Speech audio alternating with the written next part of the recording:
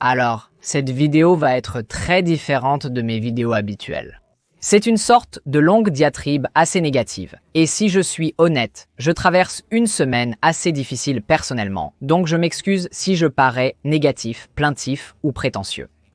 Mais je pense que j'ai probablement fini de faire des critiques d'imprimantes 3D.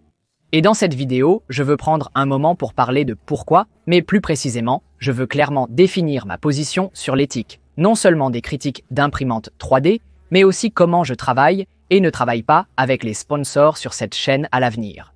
En chemin, j'espère aussi pouvoir vous donner à tous un aperçu des dilemmes éthiques et des défis auxquels les créateurs de contenu, comme moi, sont confrontés, et aussi ouvrir un dialogue.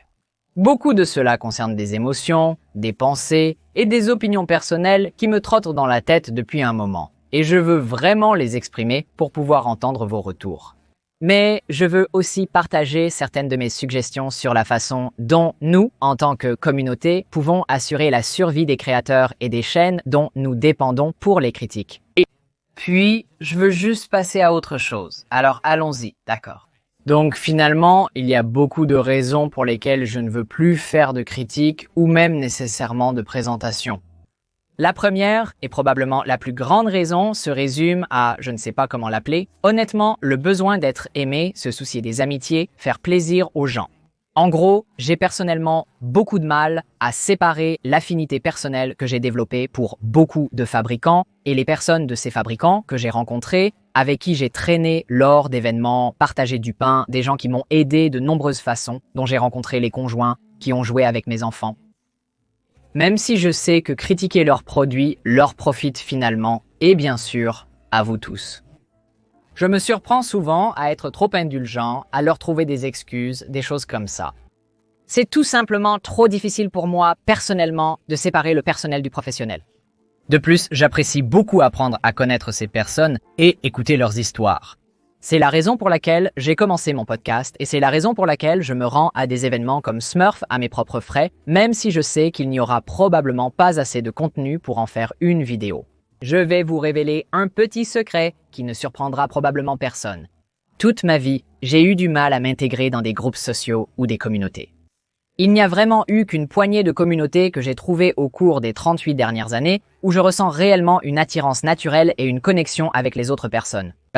J'ai récemment découvert que je présente un pourcentage alarmant des traits associés aux troubles du spectre autistique, bien que je ne sois pas diagnostiqué, d'où la semaine difficile. Dans ma vie quotidienne, on me dit souvent que je ne montre pas assez d'intérêt à connaître les autres.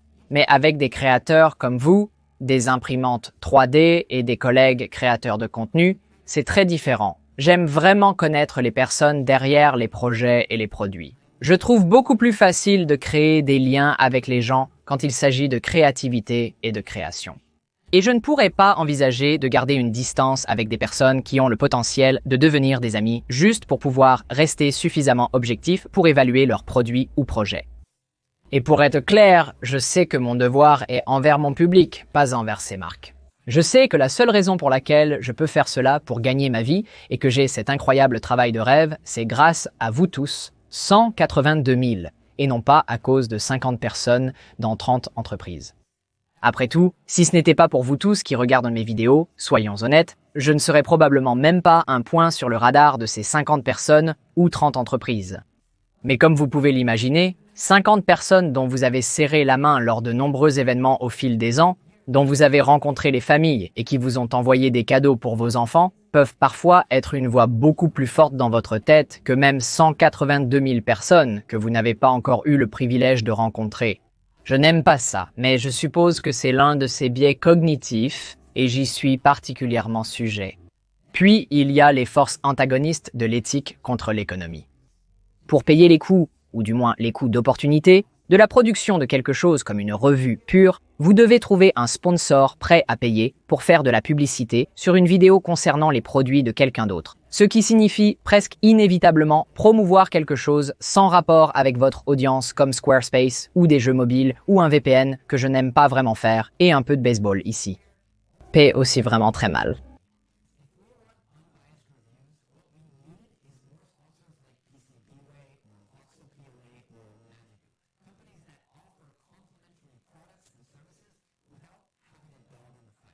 Parce que soyons réalistes, pour éliminer tous les conflits d'intérêts pour les besoins de l'examen, il faudrait n'avoir jamais pris d'argent de la part des entreprises d'imprimantes 3D elles-mêmes en parrainage ou affiliation. Sinon, vous pourriez donner à une entreprise une critique plus mauvaise pour attirer plus de trafic vers leur concurrent qui a de meilleures conditions d'affiliation, ou parce que leur concurrent vous a sponsorisé dans le passé, vous pourriez avoir un biais subtil inévitable en faveur du produit de ce concurrent par rapport à celui que vous êtes en train de critiquer. Vous avez compris l'idée? Pour être un critique vraiment impartial, vous ne devez jamais accepter d'argent des entreprises d'imprimantes 3D, ce qui n'est pas réalisable en pratique. Comme vous ne pouvez pas gérer une chaîne YouTube dans ce créneau uniquement avec AdSense et les produits dérivés. Et beaucoup parviennent à peine à le faire fonctionner même avec des parrainages et des affiliations. C'est pourquoi la majorité des créateurs qui sont prêts et capables de faire réellement des critiques de haute qualité, justes et impartiales, des gens comme Aurora Tech Channel, Modbot, Cloud42, 3D Print, SOS, Robert Cohen, MyTechFund et The Print House, ne sont pas tous des créateurs de contenu à temps plein. Ils ont tous des emplois de jour ou vivent encore avec leurs parents dans le cas d'Aurora. C'est aussi pourquoi je suppose que certaines des chaînes d'évaluation les plus respectées, y compris Aurora Tech Channel, permettent maintenant aux entreprises de parrainer des vidéos d'évaluation de leurs produits. Et cela peut vous sembler être un énorme non éthique. Cependant, je n'en suis pas certain. J'en parlerai plus tard dans la vidéo. Encore une fois, lorsque nous parlons de comment nous, en tant que communauté, pouvons faire plus pour garantir que nous continuons à obtenir des critiques de haute qualité et que les chaînes de critiques restent durables. Mais pour l'instant, disons que vous pouvez le pirater sans argent des entreprises d'impression 3D. Disons que vous obtenez une très bonne entreprise de filaments pour parrainer toutes vos vidéos ou que vous êtes simplement indépendamment riche. Génial. À moins que vous ne soyez une chaîne de critiques dédiée qui rend délibérément service à la communauté en faveur de la croissance ou de la durabilité, c'est quand même souvent une situation perdant-perdant. Tout d'abord, une vidéo de critique, du moins ici sur ma chaîne, obtiendra beaucoup moins de vues qu'une vidéo de projet car elle n'intéressera que les personnes réellement en train de considérer l'achat de ce produit. De plus, si vous avez une opinion négative et une expérience négative du produit, ou si vous êtes simplement critique, vous serez inévitablement accusé, gardé à l'esprit par des personnes qui n'ont jamais même essayé ou vu le produit elles-mêmes, d'être partial envers d'autres marques comme Bamboo ou Prusa que vous avez favorablement critiquées dans le passé. Si vous êtes perçu comme étant trop critique, vous deviendrez alors le dernier d'une longue lignée de créateurs de contenu d'impression 3D qui ne reçoivent plus d'imprimantes de certaines marques. Parce que, je ne sais pas si vous avez remarqué, mais il y a toujours une nouvelle génération de créateurs de contenu en devenir, ce qui est une excellente chose, bien sûr, mais ils sont naturellement absolument ravis de recevoir leur première ou même leur 5e imprimante gratuite, ce qui, bien sûr, les rend biaisés à leur manière. Mais ce que je dis ici, c'est qu'il est beaucoup plus facile et sûr pour les marques de ne jamais envoyer d'imprimante à un critique qui n'a pas été assez généreux à leurs yeux dans le passé. Mais si vous dépendez des revenus d'affiliation de grands événements de lancement, comme un lancement de Bamboo Lab, ou même si votre chaîne dépend uniquement des critiques de ces imprimantes comme source de vues, être éliminé de l'une de ces grandes marques peut être un coup fatal absolu. Donc, on pourrait dire que même si vous ne vous inscrivez pas à ces programmes d'affiliation, vous êtes toujours biaisé en faveur de la générosité, juste pour protéger cette relation. Et cela sans même prendre en compte la pression sociale de l'exclusion potentielle de choses comme les dîners sur invitation uniquement que certaines marques organisent lors d'événements d'impression 3D où vous savez que tous vos amis et collègues seront présents. Vous savez, les petits déjeuners où vous avez du temps supplémentaire pour poser des questions au président directeur général lui-même ou filmer des plans B supplémentaires avant que le reste du monde ne se jette sur le produit. Et peut-être que vous aurez même l'occasion de parler de quelques imprimantes supplémentaires ou de filaments pour ce projet à venir qui excite tant votre public. Mais en fait, oubliez l'aspect commercial de ce marécage moral pour un instant et considérons simplement l'élément humain et émotionnel de cela. J'ai entendu des psychologues évolutionnistes, je suis en fait moi-même sociologue de formation, dire que l'une des principales raisons pour lesquelles nous, mammifères, avons même développé un sens de la conscience, c'est parce que pendant des millions d'années, être expulsé du groupe signifiait une mort certaine.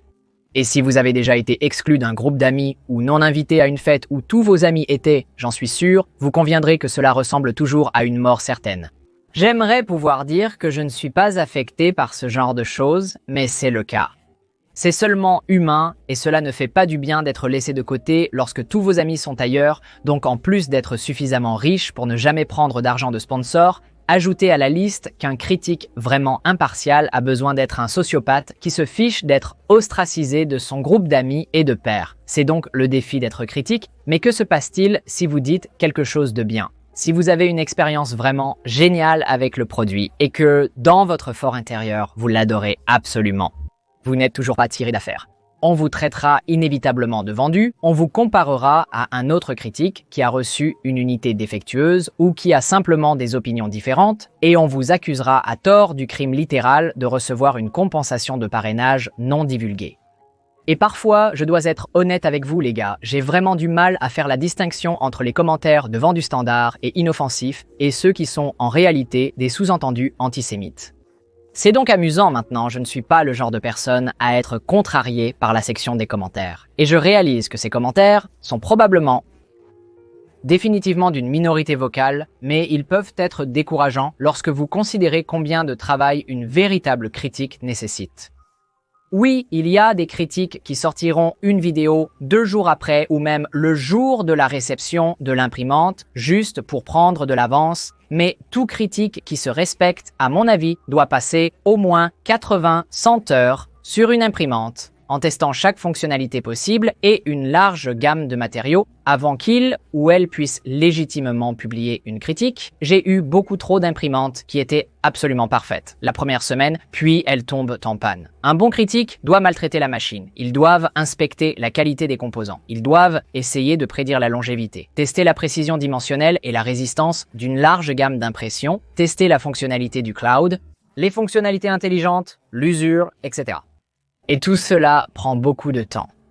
Vous savez, Everson de Geek de Tours, qui fait cela depuis beaucoup plus longtemps que moi, me disait que les critiques étaient beaucoup plus amusantes quand nous recevions comme une nouvelle imprimante tous les 2 ans d'une marque.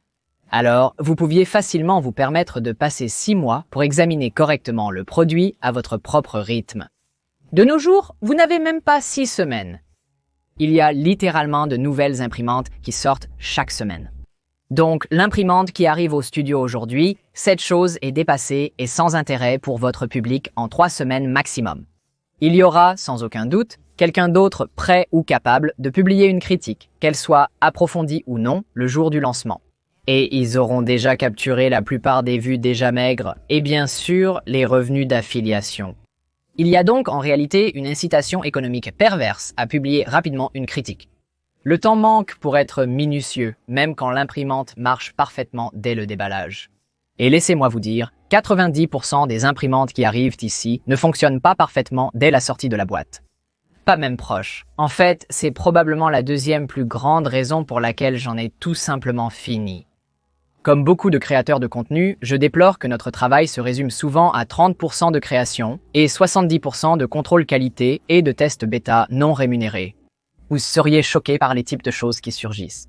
Firmware mal configuré, profil presque inexistant ou si mauvais que vous recevrez des commentaires remettant en question votre autorité ou votre expertise si vous utilisez des images de l'une des impressions dans l'une de vos futures vidéos. Des fonctionnalités de base comme le nivellement du lit qui ne fonctionnent tout simplement pas. Des pièces de pré-production qui se cassent, se déforment ou prennent feu. Oui, toutes ces choses se sont produites et pas seulement aux marques auxquelles vous pourriez penser.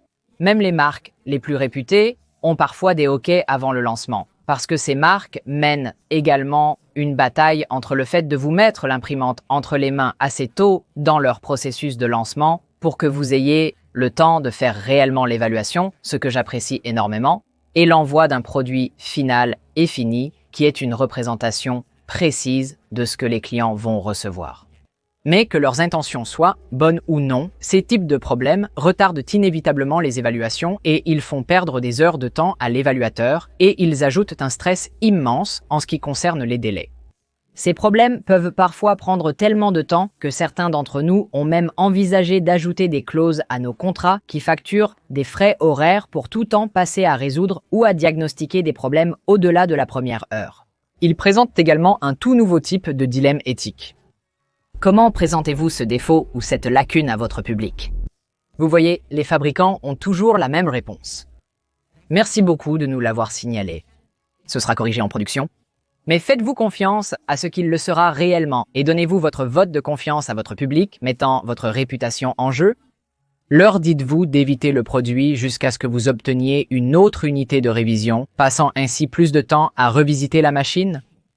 Ou rejetez-vous la responsabilité en attendant de votre public qui vous confie l'immense responsabilité, et c'est une immense responsabilité, de vous considérer comme une autorité sur la façon de dépenser leur argent durement gagné? Attendez-vous qu'ils fassent simplement leur propre recherche sur le problème et voient s'il est résolu avant de commander le produit lorsqu'il est mis en vente?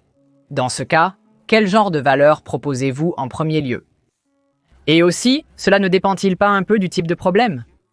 Mis à part la prise de feu, c'est une limite clairement établie. Je ne laisse aucun répit à la marque et je crie haut et fort de ne pas l'acheter jusqu'à ce qu'il me prouve que cela a été corrigé dans toutes les unités de production, mais des profils imparfaits, une fonctionnalité cloud qui ne fonctionne pas encore, une première couche imparfaite, où tracez-vous cette ligne? Je peux admettre que j'ai souvent été bien trop optimiste et confiant à cet égard, prenant la marque au mot quand ils me disent que cela sera corrigé et rapportant qu'ils me l'ont dit dans la vidéo, et j'ai des raisons de croire qu'ils le feront réellement, seulement pour entendre de mon public des mois plus tard que l'unité de production a toujours le même problème. J'aime être une personne positive et digne de confiance. J'aime donner aux gens le bénéfice du doute. C'est ainsi que je vis ma vie.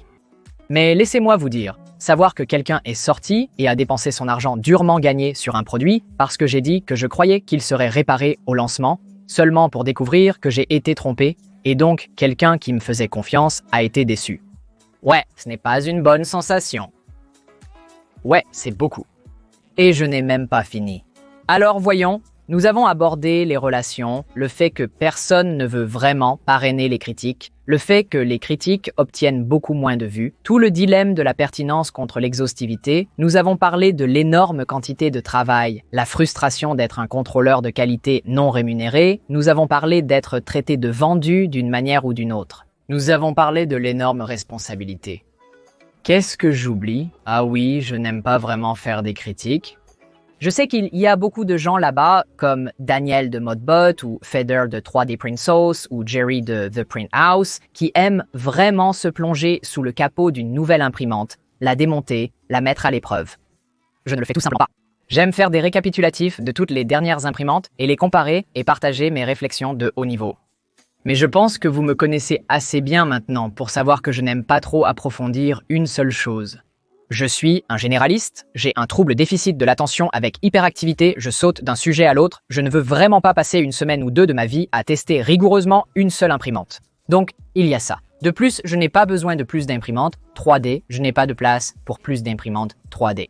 Maintenant, ne vous méprenez pas, je ne cesserai jamais d'être reconnaissant et appréciatif pour ce privilège, ou le privilège de gagner réellement de l'argent en jouant avec les dernières et meilleures imprimantes 3D sur le marché, puis de faire ce que j'aime vraiment, c'est-à-dire créer et partager des projets sur ces imprimantes 3D avec vous tous. Là où je vis, avec des choses si chères, je ne pourrais probablement pas justifier plus d'une des imprimantes que je possède si je devais les acheter pour moi-même. Je me rends donc compte que je peux sembler un peu privilégié pour ce que je m'apprête à dire, mais en économie, il existe un concept appelé rendement marginal, décroissant ou utilité. En gros, la première bouchée de gâteau au chocolat est sublime. La 7e, moins, la 70e, vous n'irez probablement pas jusque-là. C'est pareil avec les imprimantes 3D. Pour un amateur possédant jusqu'à 5 machines, recevoir une nouvelle machine gratuitement serait extraordinaire. Si vous êtes un créateur de contenu avec plus de 25 machines, en particulier celui qui paie autant que moi pour le loyer de ce studio, chaque machine est en quelque sorte un tracas pour être honnête. Donc oui, ce sont mes raisons. Je pense que je les ai tous obtenus. Mais maintenant, parlons de comment je pense que nous pouvons tous faire mieux en tant que communauté.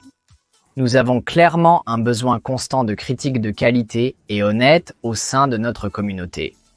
Comme vous le savez, de ma lettre ouverte à la communauté l'année dernière, dont je suis heureux de signaler qu'elle semble déjà avoir un certain impact, je crois fondamentalement que les gens méritent d'être rémunérés pour un travail précieux.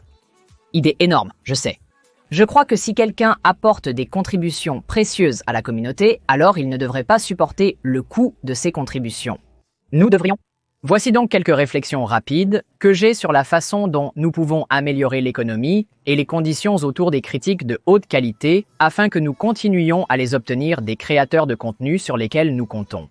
Et d'ailleurs, si vous êtes l'un de ces créateurs de contenu, je vous invite à me dire dans les commentaires si j'ai mal parlé pour vous, si je ne vous représente pas ou si vous n'êtes pas d'accord avec ce que j'ai à dire. Ce ne sont que mes idées basées sur ce que je ressens. Et personne d'autre, ouais. Le premier est de soutenir directement les créateurs de critiques. En tant que spectateur, gardez à l'esprit que les chaînes de critiques doivent renoncer à de nombreuses opportunités de revenus, comme les vidéos sponsorisées, afin de rester impartiales. Certaines vont même jusqu'à ne pas utiliser de liens d'affiliation. Donc, si vous appréciez les critiques qu'un certain créateur publie, veuillez envisager de les soutenir sur Patreon ou les adhésions YouTube, ou même simplement en leur envoyant un super merci. Le deuxième point est de soutenir les sponsors qui rendent les critiques possibles. Comme je l'ai mentionné auparavant, il y a des options limitées quand il s'agit d'entreprises qui paieront un créateur pour critiquer les produits d'une autre entreprise.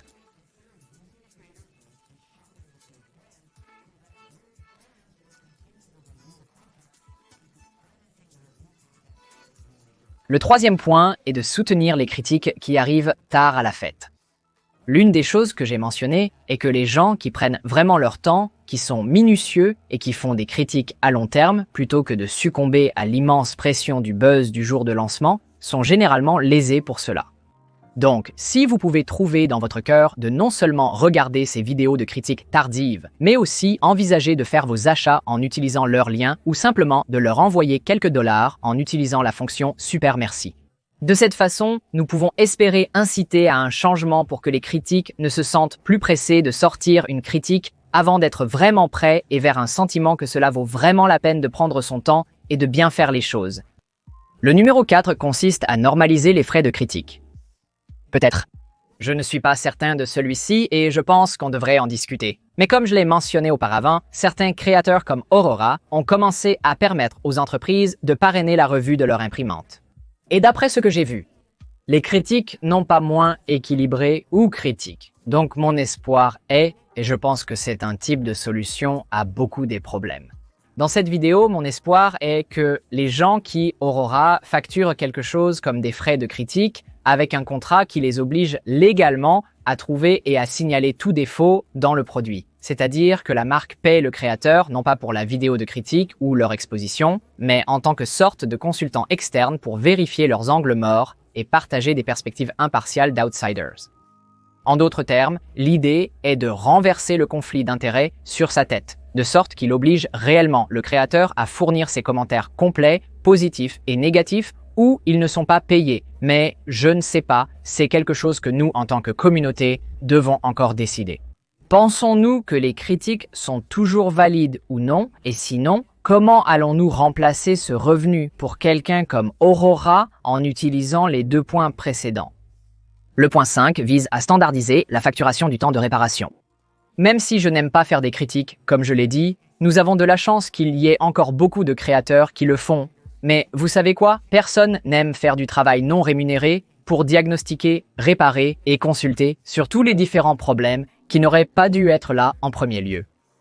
Encore une fois, je comprends les marques et j'apprécie que vous vouliez nous mettre les unités de révision entre les mains le plus rapidement possible pour que nous ne soyons pas pressés, mais des raccourcis ont été pris. C'est pourquoi je préconise que nous, créateurs de contenu, normalisions l'idée d'introduire une véritable clause dans notre contrat qui dit, en gros, la première heure de réparation, d'ajustement ou de diagnostic est offerte par la maison. Mais après cela, si je dois passer mon temps à réparer l'imprimante pour qu'elle fonctionne correctement afin que je puisse faire mon travail, vous me payez soit un tarif horaire, soit vous envoyez quelqu'un pour venir la chercher.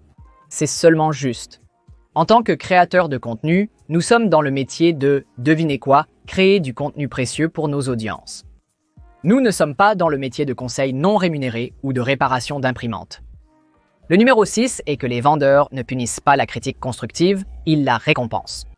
Je ne suis pas sûr qu'il y ait un moyen de résoudre tous les problèmes de pression sociale et de complaisance envers les gens que j'ai évoqués, mais s'il y en a un, il implique que les vendeurs louent réellement et récompensent les créateurs qui trouvent et signalent les défauts de leurs produits plutôt que de les prendre personnellement et de mettre les créateurs sur liste noire pour eux.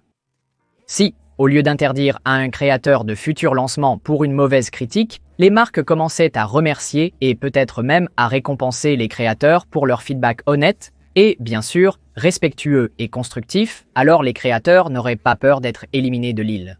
Cela pourrait être aussi simple que de dire « Nous avons vraiment apprécié que vous ayez souligné de manière constructive et respectueuse les éléments que nos ingénieurs ont manqués. Alors, nous aimerions parrainer votre vol pour former l'année prochaine afin que vous puissiez réellement rencontrer les ingénieurs en personne et voir comment nous avons corrigé cela. En tant que créateur, nous devons mieux communiquer aux marques que ce n'est pas personnel. Je vous aime les gars. J'ai adoré passer du temps avec vous l'an dernier à Smurf, mais je crois que vous avez fait une erreur cette fois-ci. Et parce que je veux vous voir réussir, je prévois de le souligner à la fois à vous et à mon public dans la vidéo. Encore une fois, peut-être que tout le monde n'est pas autant affecté par l'aspect social ou n'est pas autant un faiseur de plaisir que je le suis, mais ce ne sont que mes pensées sur une façon dont nous pourrions potentiellement le changer. Le numéro 7 est d'être gentil. Comme je l'ai dit, je ne suis pas du genre à m'énerver pour chaque remarque.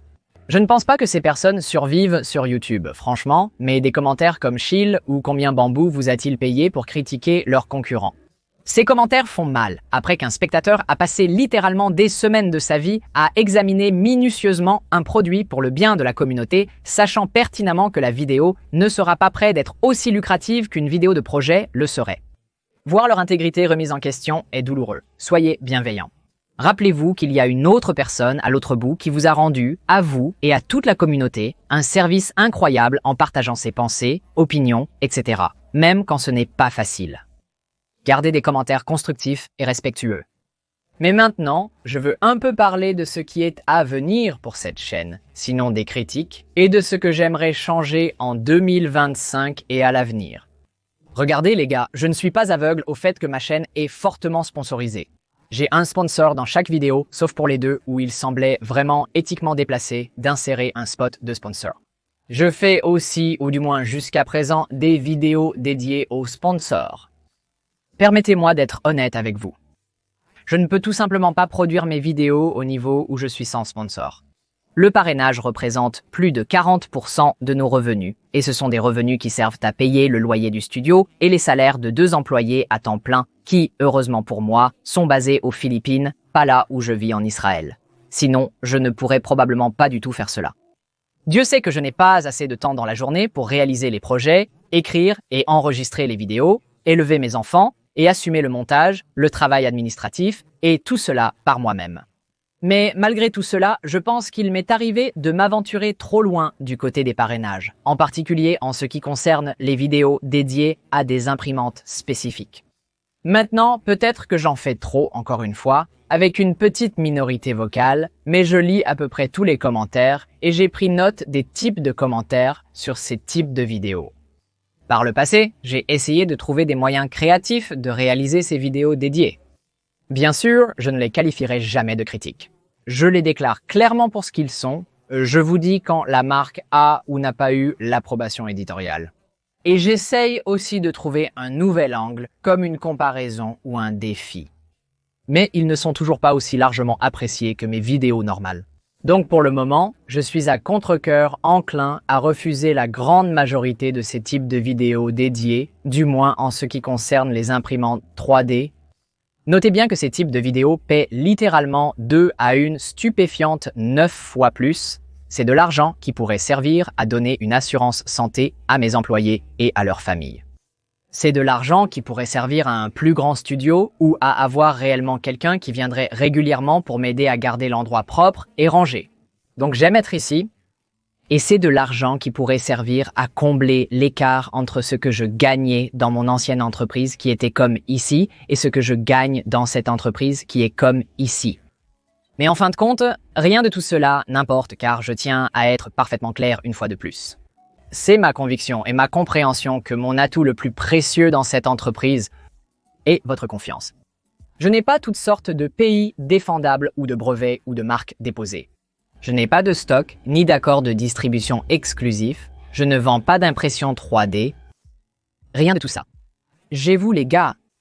J'ai le fait que vous me faites confiance, que vous trouvez mon contenu éducatif et divertissant, et que vous soutenez ce que je fais, que ce soit en regardant des vidéos de temps en temps, en aimant la vidéo, en faisant des achats avec des sponsors, ou même en devenant un patron.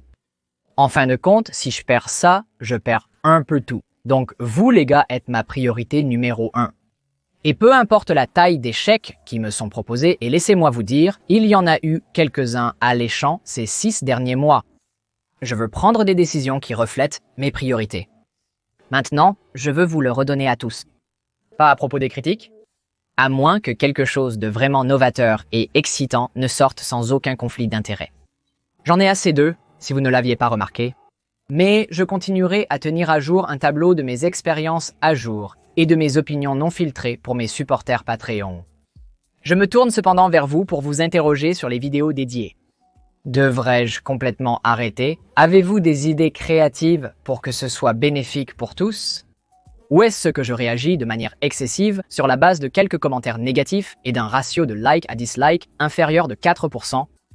Comme toujours, comme si je devais même le dire, j'apprécie vos commentaires respectueux et constructifs ci-dessous. Hey, merci d'avoir tenu jusqu'ici dans ce qui était essentiellement un très long monologue intérieur. Je me sens vraiment mieux après avoir vidé mon sac, et j'espère que mes remarques et suggestions pourront aider d'autres personnes là-bas qui veulent continuer à faire des critiques. Je suppose donc que tout ce qu'il reste à dire, c'est que c'est tout pour cette semaine, et je vous verrai tous à la prochaine couche.